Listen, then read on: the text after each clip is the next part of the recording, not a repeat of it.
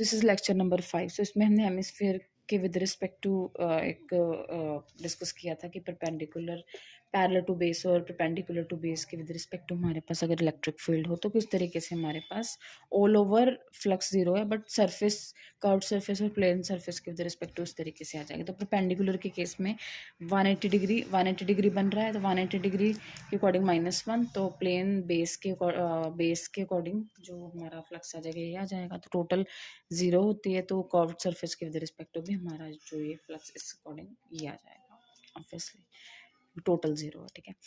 सो अभी हमारे पास एक क्वेश्चन है जिसमें कि हमारे पास एक फील्ड कंडक्टर दिया है, ठीक है, और उसके पास एक कैविटी है inside. So this is the B in the cavity, ठीक है।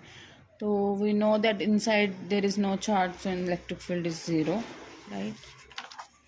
एंड इस वाले क्वेश्चन में हमारे पास सिलेंडर दिया है, ठीक है, ठीक है। तो उसके विद रिस्पेक्ट टू हमारे पास डिफरेंट रेडियसेस दी हैं, ठीक है।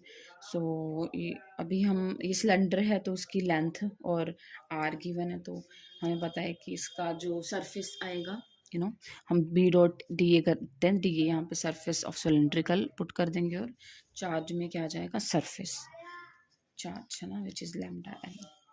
It's all given, just put the values, right. फिर उसके बाद हमारा क्वेश्चन आ जाता है अबाउट अगर हम एक स्फीयर में, स्फेरिकल शेल में एक छोटा सा पीस ऑफ रेडियस रिमूव कर दें, ठीक है, तो फिर उसके बाद हमारा intensity mid point of aperture के विद रिस्पेक्ट टू वो हमारी इंटेंसिटी क्या आएगी, लाइक दिस, ये डायग्राम है, इसमें ये पार्ट कट कर दिया, तो फिर हमारे पास क्या बचेगा, राइट। इनसाइड 0 होती है इलेक्ट्रिक फील्ड, आउटसाइड इस तरीके से हमारे पास शेल है, बिकॉज ये शेल के विद रिस्पेक्ट टू शेल एक तरीके का एक स्ट्रेट कंडक्टर ही हो गया, ठीक है। तो फिर उसका सिग्मा अपन एप्सिलॉन नोट आ गया, ठीक है। तो फिर उसके विद रिस्पेक्ट टू हम इसको फाइंड कर लेंगे, ठीक है। सो अभी हमारा नेक्स्ट क्वेश्चन है अब सॉलिड के विद रिस्पेक्ट टू हमें पता है कि सॉलिड के विद इन भी इनसाइड आउटसाइड होता है हमारे पास इलेक्ट्रिक फील्ड, ठीक है। तो उसके विद रिस्पेक्ट टू हम जस्ट रेडियस की वैल्यूज को उस अकॉर्डिंग डिफाइन करेंगे, जैसे आर लेस देन आर है या फिर आर ग्रेटर देन, तो उस अकॉर्डिंग हमारे यहाँ पे वैल्यूज आ जाएंगी, ठीक है। स्मॉल आर और कैपिटल आर करके वे जस्ट डिफाइनिंग दैट, ठीक है।